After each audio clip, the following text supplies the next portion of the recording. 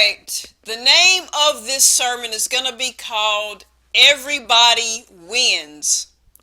Everybody Wins.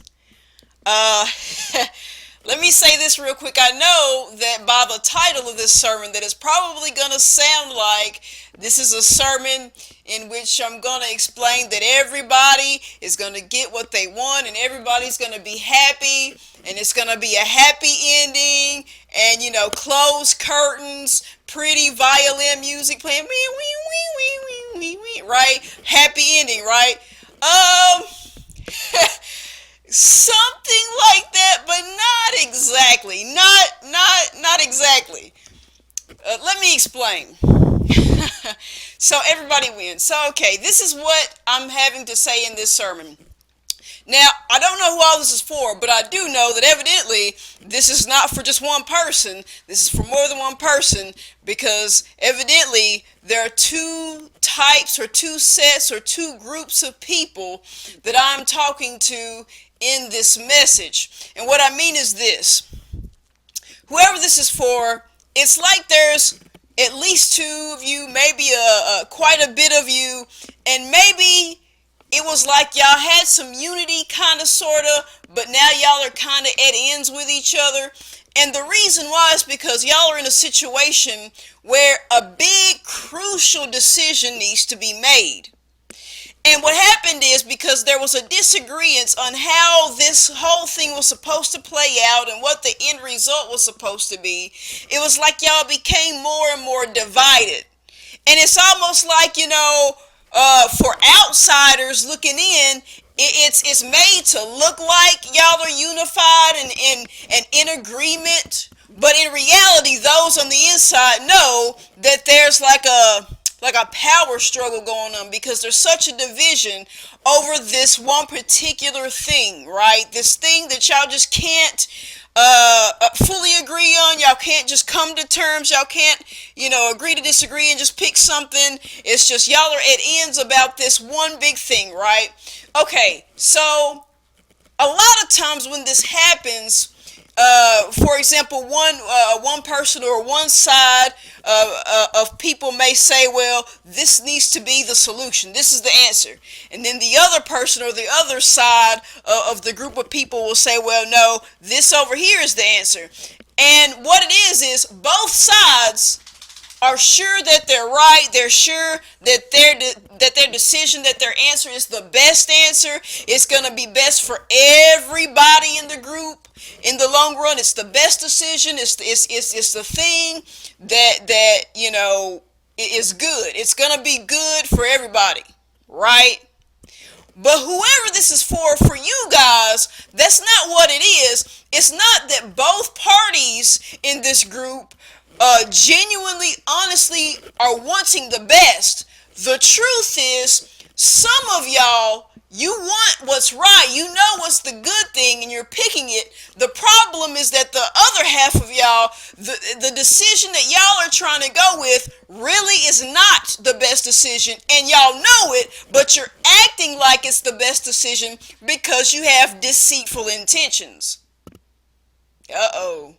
So it's not like everybody on both sides, everybody on opposing sides is picking what they're picking and believing what they're believing because they really believe it's the best and they really want the best for everybody. No. It's not one of those scenarios. This is an issue where some of y'all want what's right and what's best and what's the good thing, and everybody else is concerned about their own hidden little agendas. They're concerned about what might be best for them, but they really don't care about what's best for everybody else. They know it might not be good for everybody else, but they don't care. They're being selfish, but at the same time, they're not going to budge. In other words, they're not going to detach themselves from the overall group. They're not going to leave. They're not going to walk away. They're not going to move out. They're not going to exit. They're not going to exit stage left, so to speak. They're going to stay right where they are and continue to carry out this filibuster, if that's how you want to look at it. They want to continue out this charade, right?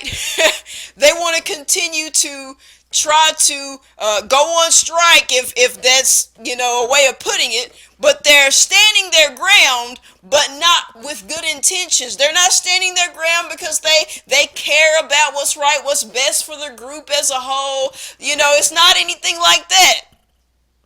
They're picking what's bad for their own intentions, for their own motives.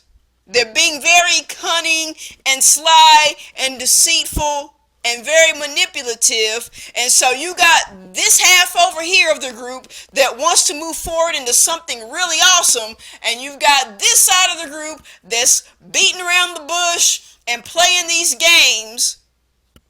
Come on. And so now you've got a group that, like I said, from the outside looking in, oh, it's looking real good, until somebody actually becomes a part of it and they start finding out stuff and they see just how split and divided this really is. So you got some backbiting, and you got some people that are rubbing folks the wrong way. And you got people that are annoyed with each other and at ends with each other, but everybody's on the surface. Everybody's playing it cool and acting like we're all, acting like they're all friends, or, family on good terms, or whatever it is. Whatever the situation is. I don't know if it's a family thing. I don't know if it's a work thing. I don't know if it's a church thing. Whatever it is, there's some division going on. And the answer, the solution is obvious. What's best is obvious. But you got these over here that's trying to get it right, and these over here that's purposely doing it wrong, because they're trying to do things their way, and they don't want any good change. They don't want change at all, even if it is good, because they're not seeing how it's going to benefit them, and they're not in the spotlight anymore, and they're not top dog anymore, and come on.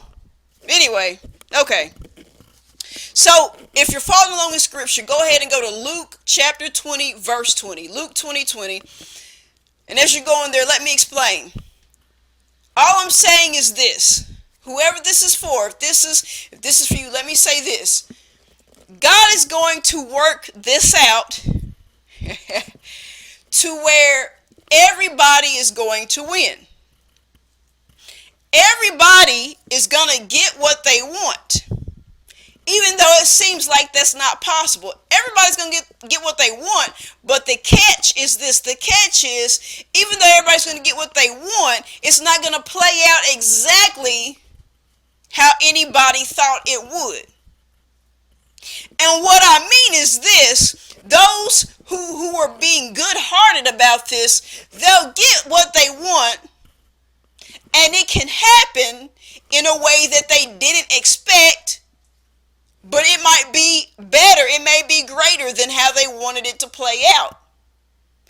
But for those of you who have been the evil-hearted ones, the ones that have had deceitfulness in your hearts, you get what you want, all right, but it's not going to play out the way you thought. But instead of it playing out better, it's going to play out in a way that when you do get what you want, you're going to be thinking, man, I wish I didn't even want this in the first place. By the time it's over, you'll be wishing that you hadn't been wanting what you've been wanting. Because when you get it and you see how you get it, you're just going to be like, man, now I don't even want this. This is a mess. And yeah, it is going to be a mess, but everybody on the other side knew it was going to be a mess, but you were too busy being silly. Never mind. But my point is, it's like the saying goes, beggars can't always be choosers. You can go after this, you can beg, you can say this is what I want, and you may get it, but you may not get to choose exactly how what you beg for plays out. Beggars can't always be choosers. So that's kind of like a theme in this. Everybody winning, but having to accept the fact that beggars can't always be choosers. Sometimes they can, but whoever this is for in this case, you ain't going to get to choose this one. You're going to get what you want. Some of y'all are going to be excited because it's better than what you thought, and some of y'all are going to be real mad because it's not going to be what you want. You're going to be thinking, man, I didn't want this after all. But anyway, Luke chapter 20, starting at verse 20. If you've been listening to me for a while, this scripture is one that I think maybe a few months ago, like maybe 2 or 3 months ago, I was reading the same story, but I think I was reading this story out of Matthew instead of Luke. But it should sound familiar, but I'm coming back to this because I want to make a bit of a different point with it than what I did last time. So anyway, Luke chapter 20, starting at verse 20, it says this: "And they watched him and sent forth spies, which should feign themselves just men, that they might take hold of his words, so that they might deliver him unto the power and authority of the governor. And they asked him, saying, Master, we know that thou sayest and teachest rightly, neither acceptest thou the person of any, but teachest the way of God truly. Is it lawful for us to give tribute unto Caesar, or no? But he perceived their craftiness, and said unto them, Why tempt ye me? Show me a penny, whose image and superscription hath it? They answered and said, Caesar's. And he said unto them, Render therefore unto Caesar the things which be Caesar's, and unto God the things which be God's. And they could not take hold of his words before the people, and they marveled at his answer, and they held their peace." So, in this scripture, we've got chief priests and scribes and different people that have been sent out to watch Jesus, to spy on him, to try to find fault in him, to try to nitpick at every little thing that he does and says, and they try to entrap him and entangle him in his words to try to make it sound like he's a hypocrite, or he's contradicting himself, or he's saying something against the doctrines and traditions of men that they hold so true, and they're just always trying to find the flaw in him. And so they come up to Jesus and they're asking him about Caesar, the ruler Caesar, the earthly ruler of them that they act like they just love and admire so much, and really they adore him so much because, well, he's not Jesus. And so since he's not Jesus, they're going out of their way to back him up and to let people see and know that Caesar, their ruler, their governor, he's the one that they would rather look at as a king than Jesus. They just have a hard time believing that he would be the Son of God and the King of the Jews, or the King of all kings for that matter. And so they come up to him and they're asking him about Caesar, and asking if they should continue to pay tribute. Should they pay their taxes unto Caesar? Should they give any type of tribute or tribute money unto him? And it's like a setup, because it's almost like they're hoping that he will say something bad about Caesar, that he will try to say, oh, you don't have to pay anything to him because he's not me and I'm the king. They were just hoping that he would have something arrogant to say, or something negative to Caesar or about Caesar. They were just hoping for him to just say something so that they could have something against him. And so what he does is this. He's saying, show me some of the money that y'all have. Whose image is on this? Whose superscription is on this money? And they're saying Caesar, and they're saying, well, evidently it's his. Whatever is his, give to him. But whatever is due unto God, give to God. And I explained in a past sermon not too long ago that it's almost like he's saying, look, I get what you're trying to do. I get your deceitfulness, your craftiness. I know the evilness that's in your heart. Listen, you're not going to make me feel some type of way. You're not going to make me jealous. I know who I am. I know what's due unto me, and I know what's due unto Caesar. And so this is his. Whatever is his, give to him. But whatever is mine, and whatever is due unto God, give unto him.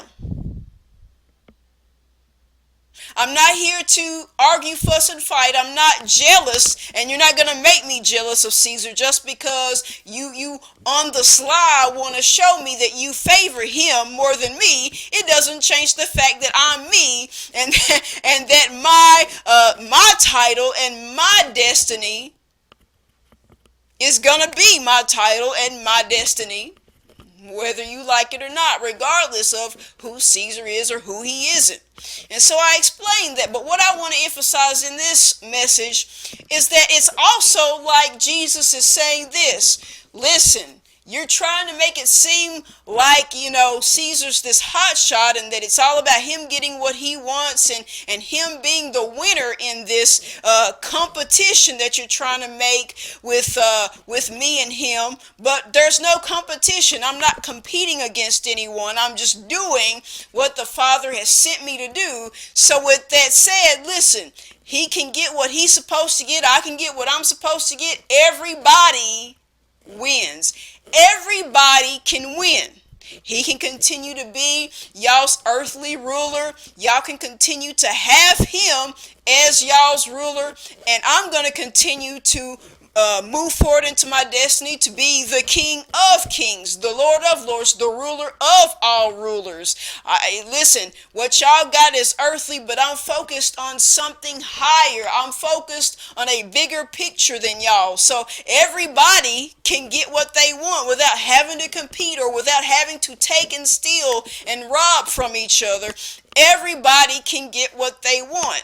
And what I have and what I'm about to receive from the Lord is greater than what y'all have or what y'all are about to get. So, I'm not messed up about it. I don't care if you're going to favor someone else more than me, because at the end of the day, I'm going to be sitting at the right hand of the Father interceding for you all. So everybody can win, everybody can get what they want, but here's the thing, it may not play out the way you want, and it wouldn't play out the way that they would all want. See, they wanted Jesus done away with, but even though he was crucified, we know that Jesus, our Lord and Savior, rose again, right? He rose again, and he's still alive today, doing what?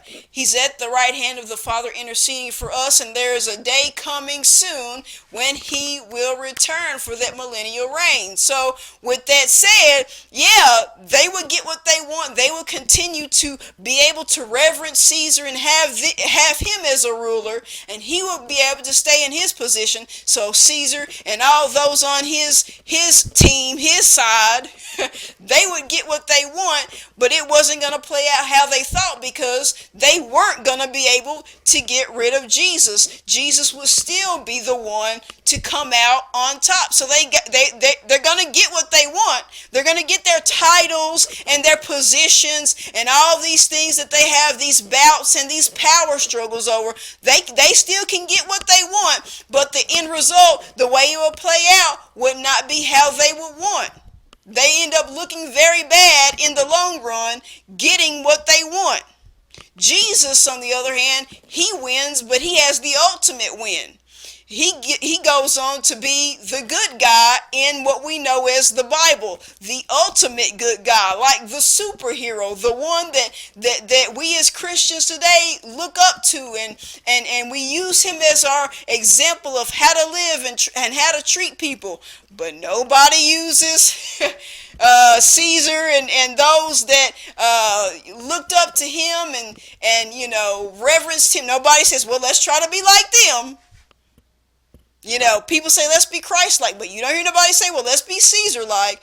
Let's be like those who, tried to make Jesus jealous, or tried to make Jesus feel like he had to compete with Caesar. Let's be like those people. Nobody says that ever. Nobody in church ever says, let's be like them, ever. Never do we try to be like them.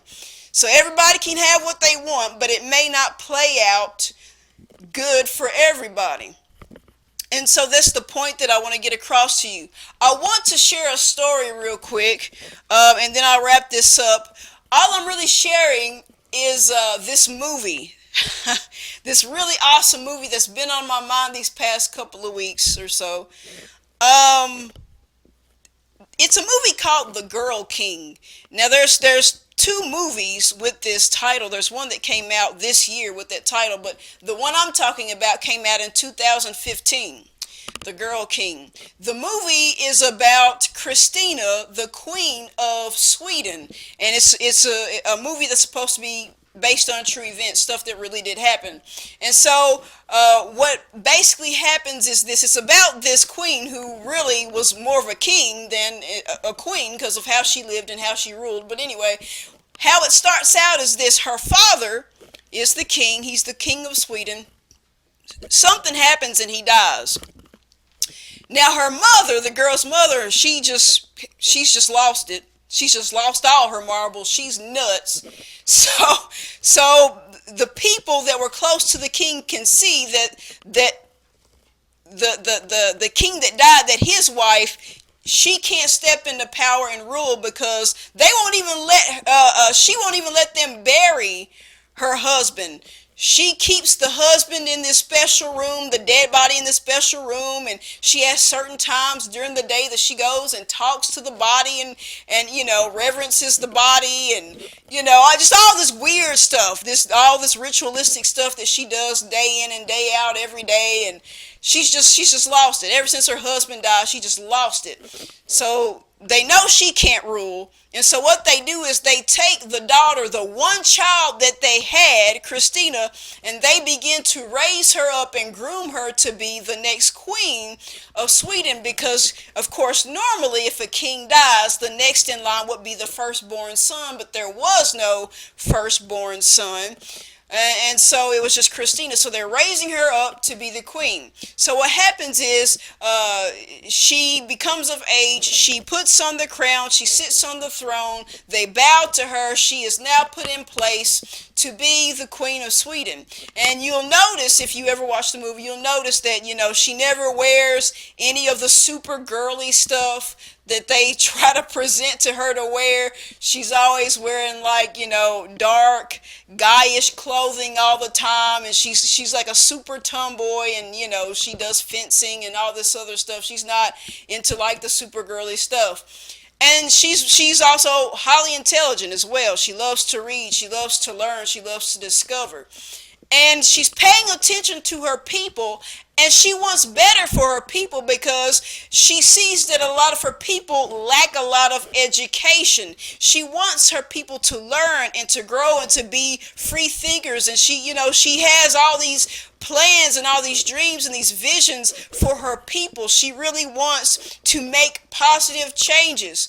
The thing about it is her society that she's ruling over now is so male dominant when it comes to the perspectives and the outlooks and the ways of living. And a lot of these guys are all about war. They're all about fighting. They're all about overcoming other places and just always being at war and being at ends with people. They're not concerned about peace. And a lot of their drive to always be at ends with other people is that a lot of the people in Sweden at this time, they were very more Lutheran.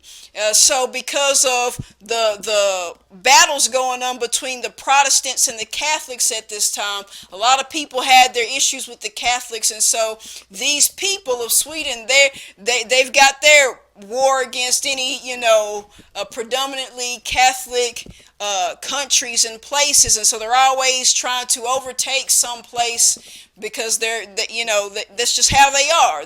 Everything is political and mostly religion based or denominational based. And that's where the drive for their fighting comes in.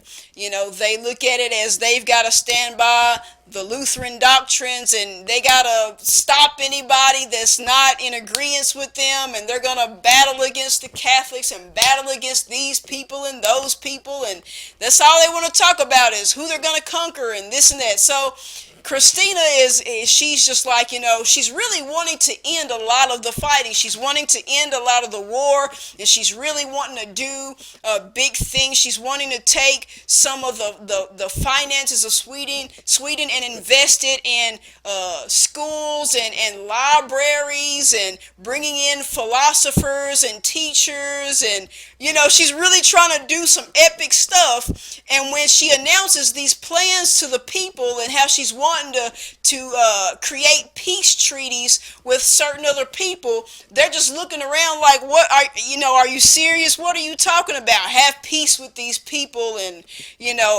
bring in these philosophers, and read poetry. What are you talking about? This isn't what we do. What is wrong with you? So they're questioning her, and they're just kind of at ends with each other. So time goes by in the movie. She's writing to different people. She's found this writer, this philosopher that she likes to write letters to, and she's trying to learn and get some understanding and try to figure out what to do with her people and just all kinds of stuff. So what ends up happening in the meantime, though, is this. She has a cousin, I believe his name was Charles, I could be wrong, but she has a cousin named Charles, and Charles wants really bad to be the next king, and what he keeps doing is he keeps telling Christina, listen, I love you, I'll do anything to show you my love for you, I want you to marry me, please marry me, make me the king, make me your king, please. He wants so bad to be the king, and so throughout the movie he just keeps trying to do stuff to show his love for Christina in hopes that Christina will marry him, and she's just like, no, I'm not doing it. But what ends up happening as well is we see that Christina falls in love with this woman named Eba or Eba, I don't remember, but she calls the woman Belle. That's the name that she nicknames her with, is Belle. So she falls in love with this woman, and so she spends a lot of her personal private time with this woman. You can tell that she's just in love with her, and all the girly stuff that they keep trying to make Christina wear, she keeps giving those gowns to Belle to wear, she's just not having it. She's like, no, I'm gonna do this my way. It was almost like she was being a king, and it was like she was trying to have a queen. But what ended up playing out was people started to catch on to this. They caught on to it. They had issues with her liking women, and so they were already butthurt about her political views, and her wanting these peace treaties and trying to bring in all this education, and then they find out she's trying to date the same sex instead of the opposite sex. So people are real butthurt, right? So what ends up happening is a lot of the guys start getting together, and they decide, we need to try to talk Christina into finding a guy, finding someone to marry, to be the next king, and she needs to hurry up and get pregnant and try to bring forth a son at some point, so that not only will we have a king, but we'll also know that we have another king coming when it's time, so that we can keep this train rolling.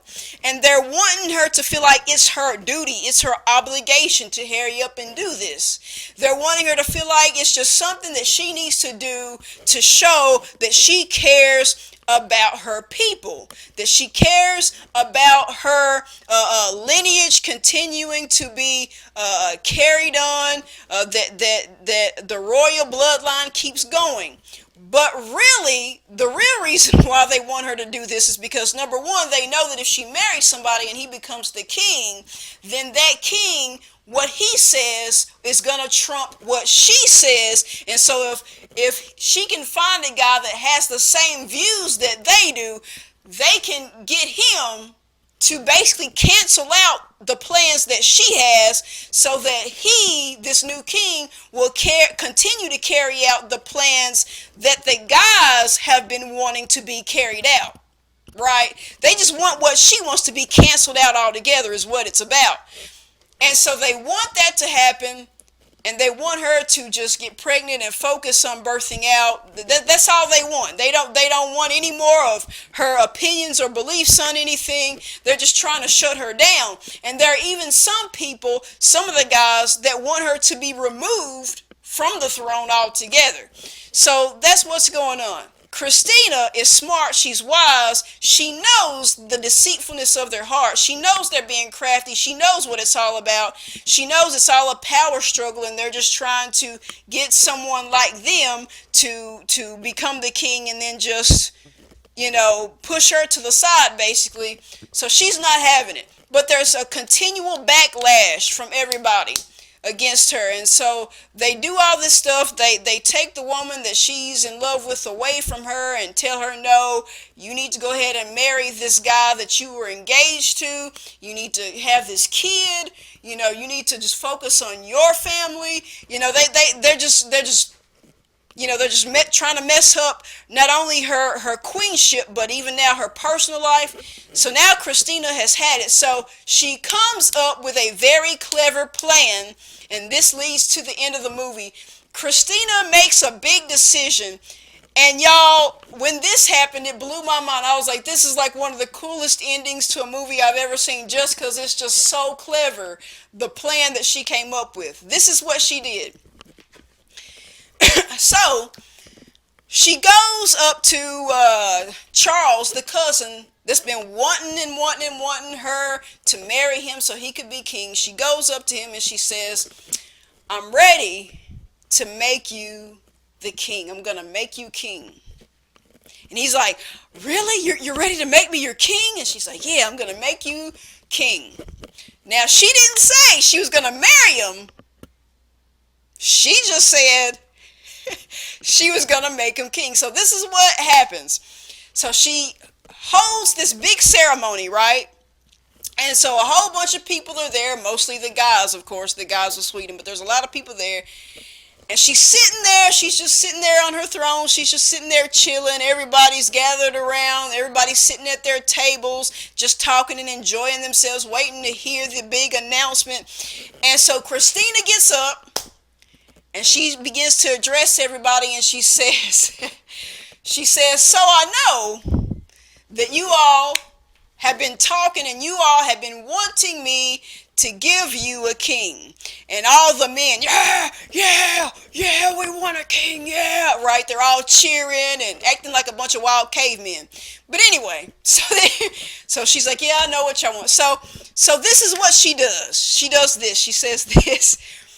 She says, so this is what I'm going to do. She says, since I'm the queen and I've got all this power that I have as queen to do whatever I want to do, I'm using my power as queen to make my cousin, Charles, my son. So Charles is standing there. He's standing there at the front because he's excited because he's thinking she's getting ready to announce that she's going to marry him to make him king. But that's not what she says. She says, I'm making you my son because I have the power to do that because I'm the queen. So he's just standing there with this look on his face like what? And everybody else is looking around like, what? So he comes up there and he walks up to where Christina is and he turns around and he stands beside her and he's just kind of standing there like, what the heck is going on? And Christina, she's just having a good old time, boy. She, bless her heart. So everybody's like real confused, trying to figure out what's going on. So then she does this. She makes this announcement. She says, she explains that she is stepping down as queen. And then she says, well, if I am no longer queen, then that means that the one to move up to the position of power would be who? The firstborn son. And since I just make my cousin my son, that now means that my son, Charles, is y'all's new king. This was like the wildest. I mean, she had it all played out. This is the wildest stuff I ever heard. It was great. I loved it. So everybody's looking around kind of confused, but they really can't be mad because they got what they wanted. Right? So they got what they wanted, and then she lets everybody know she's fixing to leave. She's fixing to go hang out with the Pope. She's getting out of there. She's going somewhere to a different country where she can be who she wants to be. She can live how she wants to live. She can do what she wants to do, make whatever decisions that she wants, and she can love whoever she wants to love. So everybody won. Charles got to be the king, even though it wasn't how he wanted it, because he wanted to marry his cousin. And Christina's like, no, I'm going to make you my son. I'm going to step down, and that's going to make you the king because you're the first son. So he got to be king, even though it wasn't how he wanted it, but he got it. In one big power move that Christina made, the people of Sweden got the son that they wanted her to have and the king. Because in one big jump, she made the cousin the son and then the king. So they got all of what they wanted. Even though it was weird how it happened, but they got what they wanted. So all they can do is just stand there and just suck it up because they got what they wanted, even though it didn't play out how they wanted it to. And the best part is, there were people that wanted Christina off the throne, but they wanted her to just be, just removed by someone else. It was like they wanted her to be humiliated, and she got removed, but nobody removed her. She removed herself, which shows that they couldn't shame her. They couldn't remove her and make her feel belittled by removing her, because she removed herself. In other words, she's showing her power. She's showing her dignity and self-respect. She has such a boldness in who she is that she has no problem stepping down from something that people would think would be crazy to step down from. She's just like, you know what, you can have it. In other words, they can't use that high position to control her. They can't make her feel like, well, if you want this high position as queen, you got to do this, this, and this. They could try to use the numbers game against her and use that position to try to get in her emotions and control her. Because a lot of times when you're a woman, that's what they want to do, is try to control you by your emotions and feelings. And she's just like, nope, I'll wipe my hands of it. You ain't going to remove me. I'm going to step down. And guess what? I'm going to happily step down from a position that you guys think I would be hurt or sad from stepping down from. And you can't even act like it hurts me, because guess what? Now that I'm not in this position, I don't have to worry about nobody controlling me, and now I can go and do all the stuff y'all didn't want me to do. Deuces, right? So everybody got what they wanted, and then not only did Christina leave to go somewhere else where she would have more freedom to do her own thing, she was leaving with a huge chunk of Sweden's wealth. So she had it made. She just dressed up like a dude and got on horseback and just left. Like, okay. She was gone. So it was bizarre, but everybody got what they wanted. She got the ultimate win out of everybody. She got the ultimate win. She got all of what she wanted, but in a way that nobody would have expected. What she got, her win, was the best. But everybody else, they got what they wanted, but yep. it some of them probably were thinking twice, like, man, we got what we wanted, but this is a disaster. Woo, this is rough right here. Somebody's cousin and became her son and became the king, and he ain't got a queen, and we just up here looking crazy because somebody that we try to control just got control of her own life and just took off, and just here we are, just kind of looking crazy with the very things that we wanted. So now you understand why I shared that movie, and it explains exactly to a T how this can play out. It explains how in a scenario where people are at ends with each other, and some people want what's better and some people are not concerned about what's better, but what is gonna just drive their base caveman agenda. Everybody can get what they want, but beggars can't always be choosers. They didn't get to choose how they were going to get their son and their king, and how Christina would not be in that high position anymore. They didn't get to choose any of that, but they got what they wanted, so there they are. So I'm just letting whoever needs to know this. Don't worry, it can work out. Just pray on it. It'll work out. It might not it might not play out how you wanted it to. It may not play out how you expected it to. It may not play out how you thought it would in your mind. But beggars can't always be choosers, so just be happy you got what you begged for. Anyway, Heavenly Father, I thank you for another time to minister another word. Lord, I pray that your people who need this would hear this word, that they would ponder on it, that it would be like a wake-up call, that people would say, okay, God, I'm ready to do this, go about things in a way that's going to be good, that's going to be righteous, that's going to be good for everybody.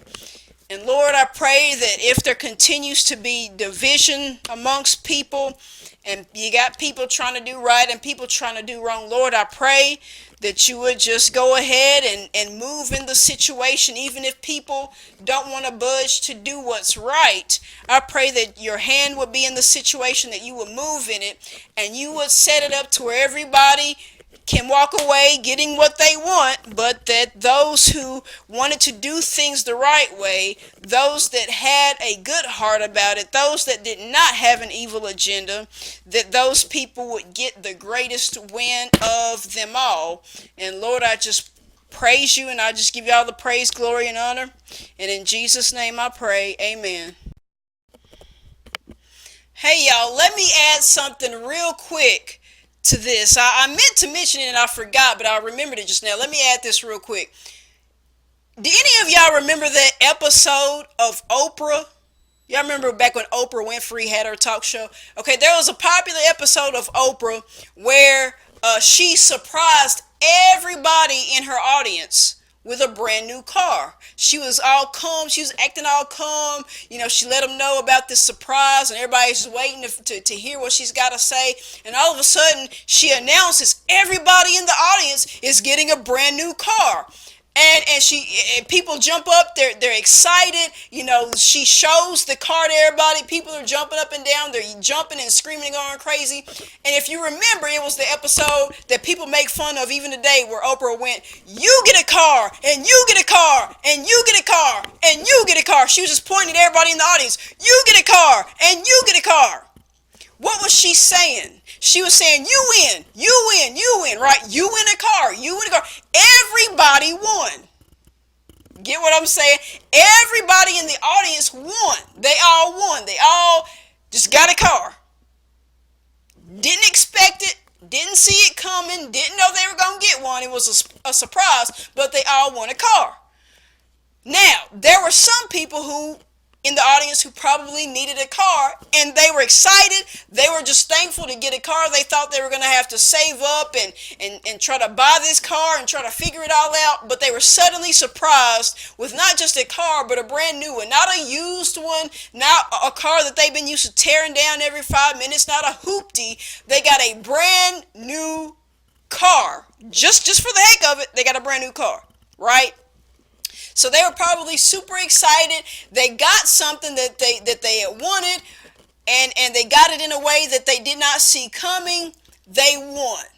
However, there were some people who probably needed or wanted a car, but maybe when they saw the type of car she was giving away, they were probably thinking, I don't like that car. That car, ugh. Now they got it. They won, just like the other person won. But they didn't get the kind of car that they wanted. They might have wanted some fancy, luxury vehicle, something that, you know what I mean? They just weren't thankful. They may not have wanted to look at the big picture of, okay, this is what you wanted. You may not have been able to choose what you wanted, but you got what you had been begging for. You wanted a car. Beggars can't always be choosers. You got a car. It might not be something super fancy, but you got not only a car, but a brand new one at that, not even used. And you didn't have to pay for it. It's just a free, brand new car. And not everybody can say they got a car from Oprah Winfrey. So here we are, right? So everybody won. It didn't play out how anybody expected to get a car, but there were some people, for them it was the ultimate win, and then there were others who won, but they were not satisfied with the outcome. Now you get what I'm saying. Sometimes everybody can win, but since beggars can't always be choosers, what is a huge win for somebody else can be such a dim win for somebody else because of the negativity in their heart. Something to think about. All right, now it's the end of the sermon. Thank you all for watching.